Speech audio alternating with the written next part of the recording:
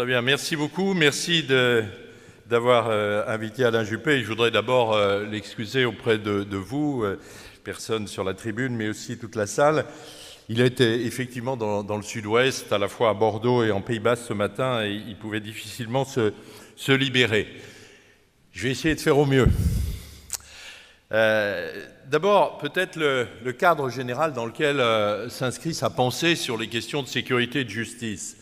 Comme vous le savez sans doute, en janvier dernier, donc il y a déjà quelques temps maintenant, il a rendu public un livre qui s'appelle « L'État fort ». C'est le titre du livre. Et je pense que ce titre, que nous avons choisi avec lui et quelques amis, il est déjà un message.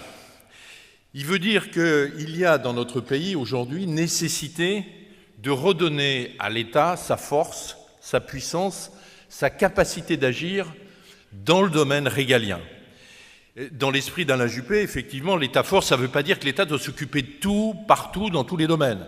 Au contraire, il faut qu'il ramène sa puissance, son savoir-faire, sa capacité de réaliser sur le domaine régalien qui nous préoccupe particulièrement ce matin. Alors, je vais, dans les 10 minutes, là, essayer d'évoquer les principaux sujets qui me paraissent évidents, et j'ai écouté avec beaucoup d'intérêt ce que disait Jean-François à l'instant, à la fin de son propos. Bon, nous avons évidemment des points communs, nous sommes de la même famille politique. Il y a 4 grands sujets, à la fois dans le livre « L'État fort », mais dans la pensée, dans la réflexion du candidat que je soutiens. D'abord, il y a tout ce qui touche au terrorisme. On va en parler longuement, j'imagine. Ensuite, il y a tout ce qui est la sécurité. Je ne dirais pas au quotidien, parce que le mot est un peu banal, mais le reste de la sécurité. Il y a les questions de justice, et puis enfin le 4e volet qui est l'immigration versus la question de la laïcité. Ce sont ces 4 grands sujets, je voudrais traiter rapidement. Sur le terrorisme, un premier vrai sujet, c'est la question du renseignement. On a fait des erreurs, des réformes ont été faites, elles n'ont pas apporté que du plus.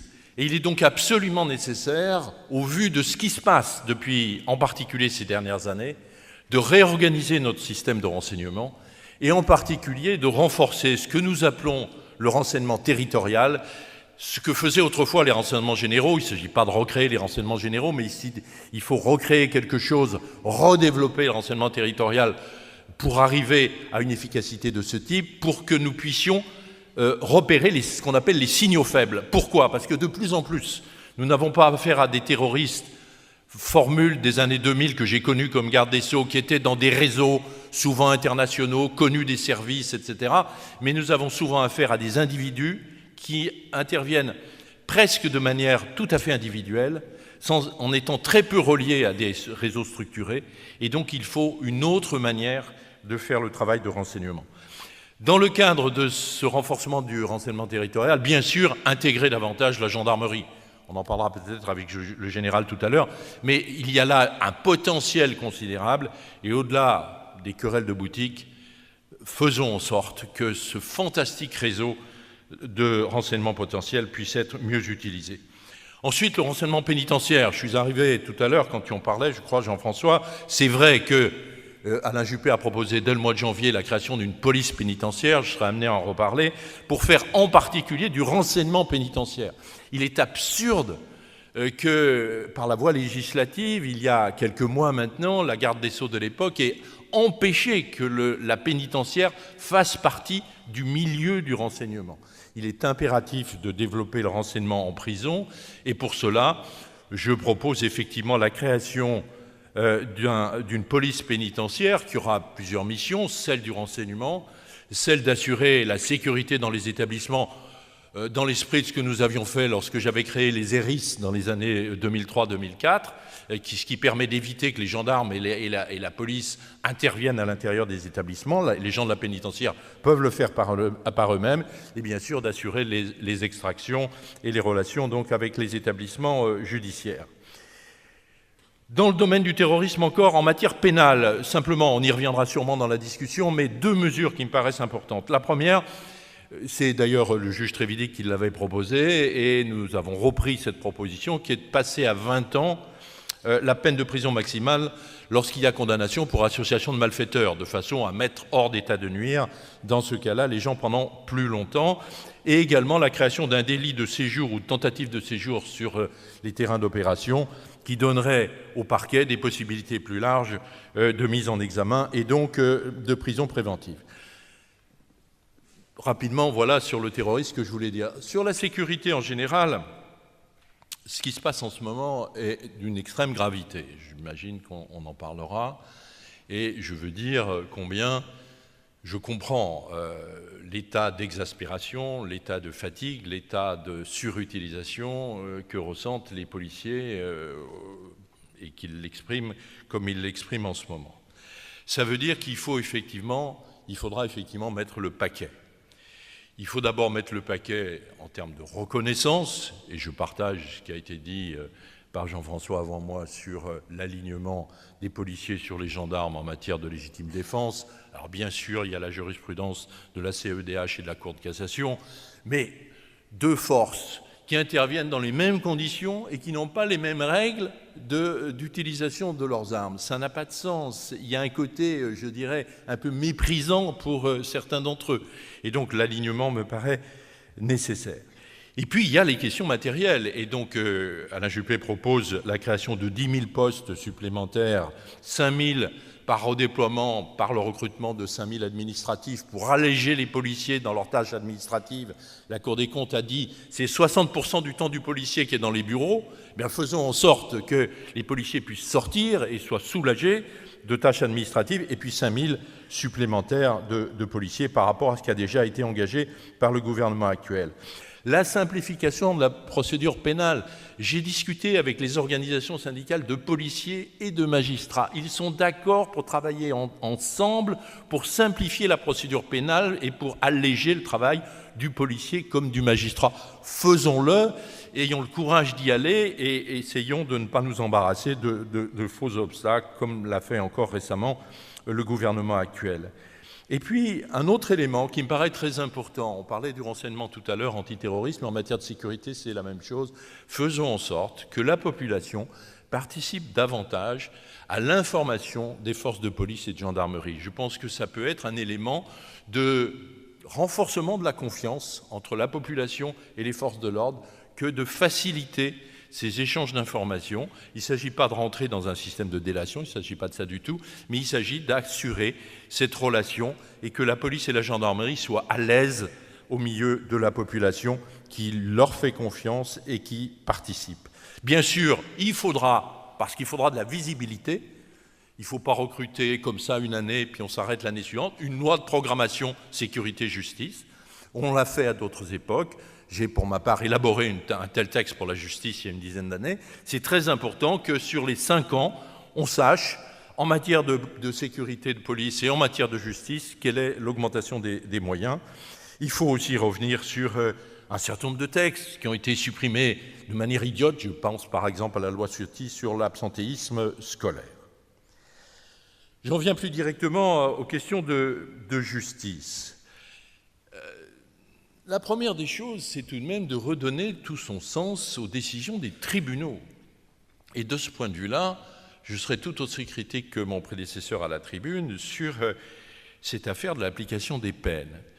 Alain Juppé, pour ce qui le concerne, propose 2 mesures. D'une part, la suppression de la diminution automatique, de la réduction automatique des peines, je dis bien automatique. Il faut bien entendu, pour que les prisons restent gérables, qu'il y ait une possibilité de réduction de peine pour bonne conduite, sinon le système ne tiendra pas.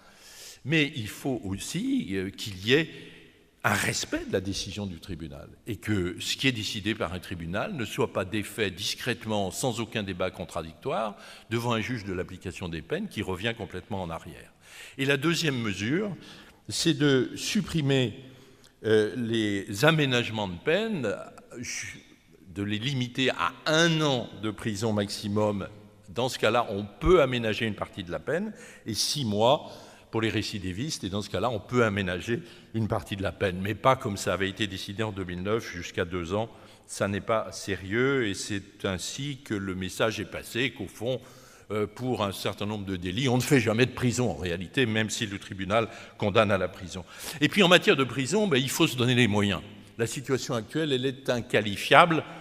Nous avons 68 000 détenus pour 58 000 places. Il faut, en 5 ans, et ce sera une performance de le faire, en 5 ans, construire 10 000 places. C'est tout à fait indispensable. Et puis, il faut cesser d'envoyer des signaux invraisemblables. Les policiers sont dans la rue, enfin un certain nombre de policiers sont dans la rue. Il faut quand même que vous ayez en mémoire que le 12 octobre dernier, la majorité actuelle a supprimé les tribunaux correctionnels pour mineurs. Alors il ne faut pas s'étonner. Alors ils font les étonner, ils disent c'est quand même curieux, pourquoi les policiers sont dans la rue. Mais vous vous rendez compte le message qu'ils ont reçu ? Parce que les mineurs dont on parle, c'est des mineurs de 16 à 18 ans qui sont bien costauds baraques et qui n'ont rien de petits garçons ou de petites filles gentilles. Bon, eh bien, il y avait des tribunaux correctionnels qui avaient été mis en place à l'époque de Sarkozy et ils les ont supprimés sous prétexte que c'était Sarkozy qui l'avait fait. Et donc ça, il faut évidemment revenir là-dessus pour renforcer les moyens des juridictions, car la justice est en très mauvais état.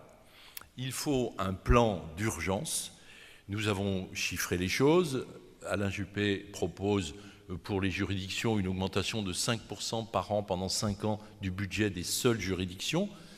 Après la construction des 10 000 places de prison dont je parlais tout à l'heure, il faudra aussi améliorer la carte judiciaire, améliorer, ça a été évoqué rapidement tout à l'heure sur une question d'un de mes confrères avocats, améliorer la gestion et des ressources humaines de la justice avec des spécialisations, des métiers. Tous les métiers ne sont pas identiques, tous les magistrats ne font pas le même métier, et donc améliorer ainsi la puissance de réaction, d'action de l'institution judiciaire.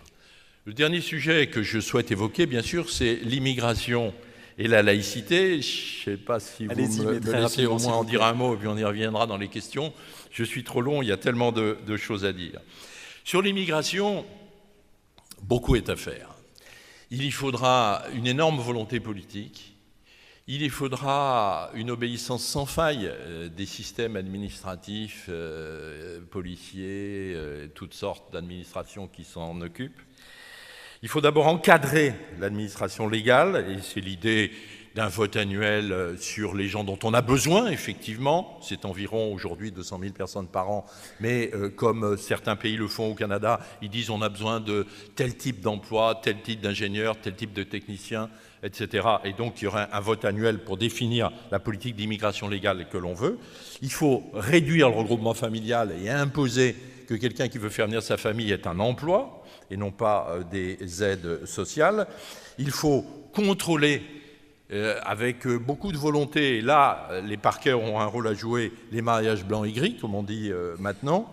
Il faut réformer le droit d'asile, le faire respecter, avec une liste des pays sûrs. Et quand on vient de ces pays-là, on ne peut pas demander le droit d'asile, et donc ce n'est pas la peine d'enclencher la procédure, et ça, ce sera un changement tout à fait considérable. Supprimer l'aide médicale d'État et la réserver aux urgences. Voilà, très très vite, je m'en excuse, c'est un peu lapidaire. Sur la laïcité, peut-être un seul mot pour dire ce que c'est dans l'esprit du candidat que je soutiens. C'est deux choses. La laïcité, ça doit marcher sur deux jambes. C'est d'une part la reconnaissance de la liberté religieuse. Chacun a le droit de pratiquer la religion qu'il souhaite ou de n'en pratiquer aucune. Et de l'autre côté, chacune des religions doit reconnaître les lois et les valeurs de la République. Et à partir de cette réaffirmation de ce que cela signifie, bien entendu, on peut décliner les mesures. Et on parlera sans doute de la charte de la laïcité qu'Alain Juppé veut mettre en place, et de la création d'un délit d'entrave au fonctionnement des services publics, à la laïcité, au délit d'entrave à la laïcité dans les services publics qu'il veut mettre en place pour protéger en particulier, par exemple, nos médecins qui sont parfois confrontés à des attitudes inqualifiables dans les hôpitaux et pas seulement dans les hôpitaux, et puis fixer des règles claires en matière de financement des lieux de culte, en matière d'expression en français des imams, en matière de contrôle de la formation de ces personnes, en matière de capacité de fermer les lieux de culte qui ne respecteraient pas les règles et les valeurs de la République. Voilà ce qui ferait le cadre de cette laïcité, je dirais, mode 2017. Et c'est une vieille loi, la loi de 1905, elle a évolué, mais finalement elle a bien vieilli. Réaffirmons ses valeurs, réaffirmons son contenu pour faire face à la situation nouvelle que l'on ne connaissait pas en 1905, qui est l'apparition d'une nouvelle religion, l'islam, dans notre pays. Merci, monsieur le porte-parole.